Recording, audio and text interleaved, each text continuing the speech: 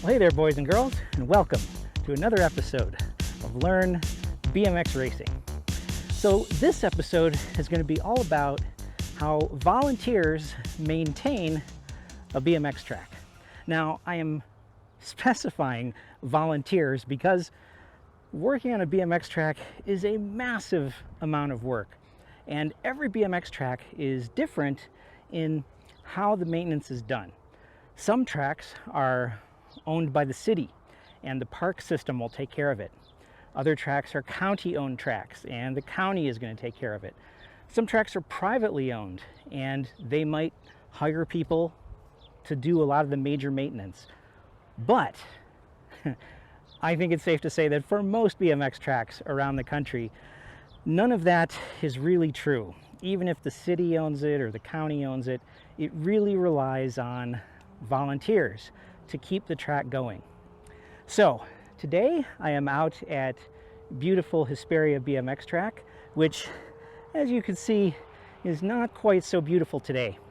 This is one of the best maintained tracks in Southern California.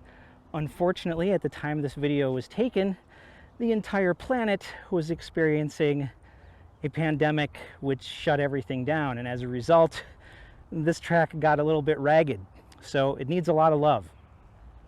I'm going to show you some of the basics of how volunteers can help and what you can do to take care of the track on a day-to-day, weekly sort of basis. So let's get going. So most BMX tracks are comprised of three parts. You have flat areas like this, and you have jumps like this.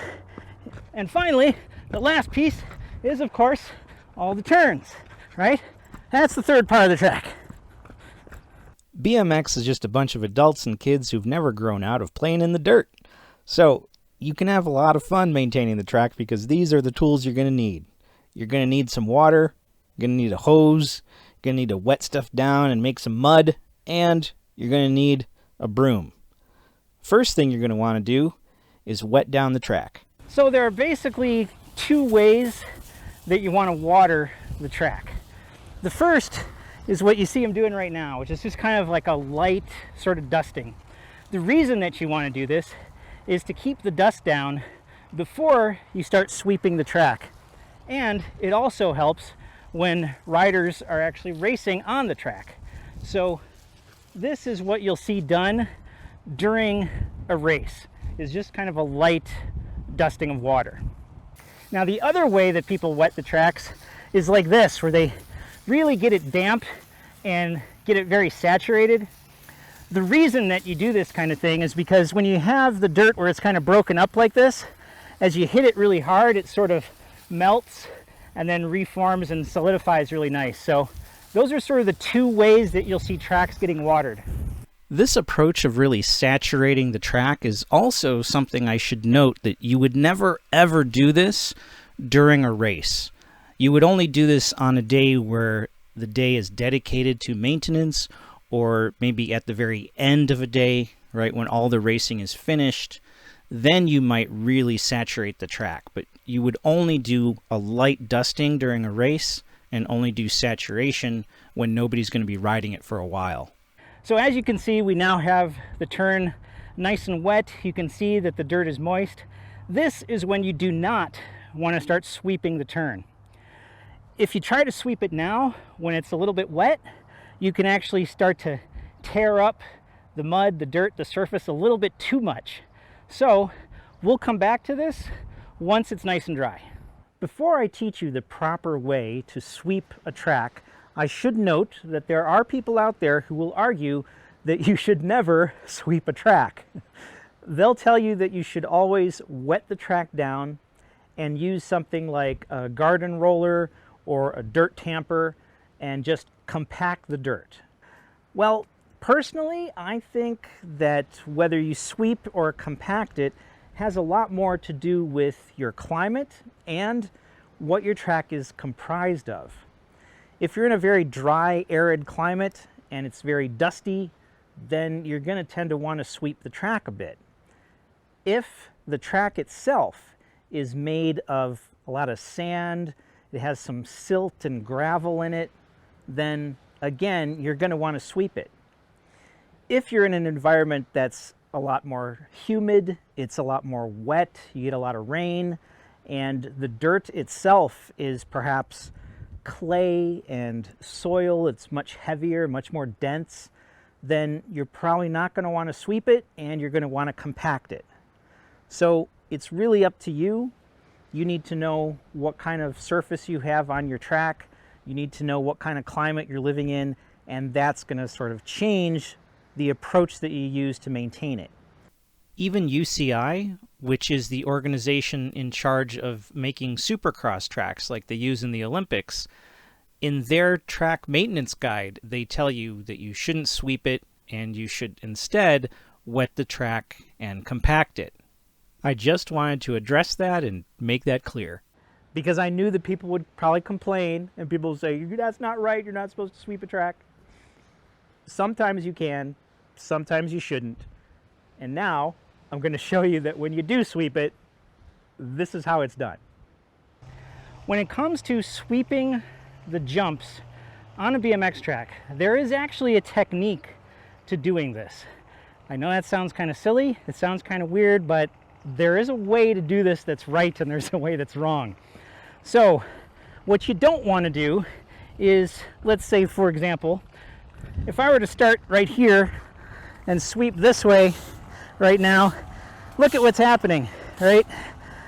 All the dust is blowing right back at me. So you never want to start sweeping downwind. Always sweep upwind to the downwind. Another thing you don't ever want to do is this, starting in the middle of the jump or starting near the bottom of the jump, because what's going to happen when you come up here is all of this gravel is just going to fall right back down again. So this is the proper way to start sweeping a jump. You want to start at the apex of the jump. You want to start at the very top and push down into the flat bottom. Again, starting on the side where the wind is coming from, right? So now you can see as I sweep, all the dust is blowing away from me instead of blowing back into my face. So we get this side, we start up here at the top, we get everything down, and once you finish getting everything off the actual face of the jump, now you can start to sweep in the bottom. Of course, the smart thing to do is to get both sides first, right? So now do the same thing. We're starting on the upwind side of the jump, starting at the top, getting everything down to the middle, and you just have to go very, very lightly. You don't want to push hard and start really digging into the actual surface of the dirt. You're just trying to get that gravel, that light sand, all of that stuff is what you're trying to get off of the track. So once you have everything down into the flat part of the track, now you can just push it off to the side. Again, starting from the upwind side of the track. It may not look like there's a lot of gravel on the track when you first start, but as you can see, by the time you get to the end here, there's a heck of a lot of sand and loose rocks, and all that stuff is stuff that you want to remove. Maybe go after it one more time. Make sure you just get that last light bit, and there you have it. That is the best way to sweep the jumps and then to sweep everything out of the flat. Okay, so it's a few minutes later, and you can see now the more sandy, kind of gravelly parts of the turn are already drying up, but the kind of base of the turn is still fairly wet. So still not ready to sweep it, but it's getting closer. Here is an example of something you should never use to clean a BMX track: a leaf blower. Now, leaf blowers are very popular. Many tracks use them, but as you can see, all they do is make huge clouds of dust, which blow right back onto the track. I've even seen some volunteers use leaf blowers during races.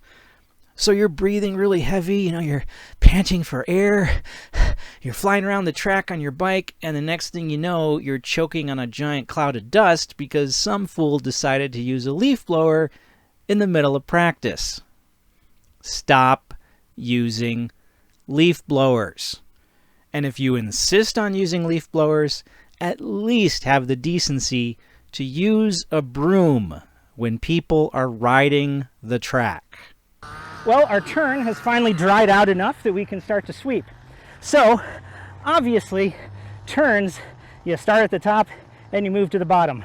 I hope that I don't really need to explain that one to you, right? None of you are going to be sweeping it like this, right? You start up at the top. But one thing you might not know if you're not a racer is that these turns do get pretty darn steep. So, like, I can't climb any higher than this or I'm going to fall on my butt. So, you can't get to the top of the turn to sweep. You pretty much start at the bottom and just start pulling all the dirt down, right? And once again, just like you do with the flat areas, you want to make sure you're starting on the upwind side. So what you might want to do is climb up the turn a little bit like this, right? And this turn is actually in pretty good shape. Only the bottom of the turn has more heavy gravel. So we can really just do it like this. There's really no need to get all the way up to the top on this turn because all that part's pretty nice. But if it wasn't, and we had a windy day like this, then doing it this way would make the most sense, right? Standing on this side of the broom so that as I sweep down and the wind is blowing, it's all going to keep blowing that way, away from me. For this demonstration, obviously I'm starting in the middle of the turn, which is not really what you would do. You'd want to start all the way over here on the far side of the turn. But for the purposes of showing all this to you, I was just kind of starting in the middle.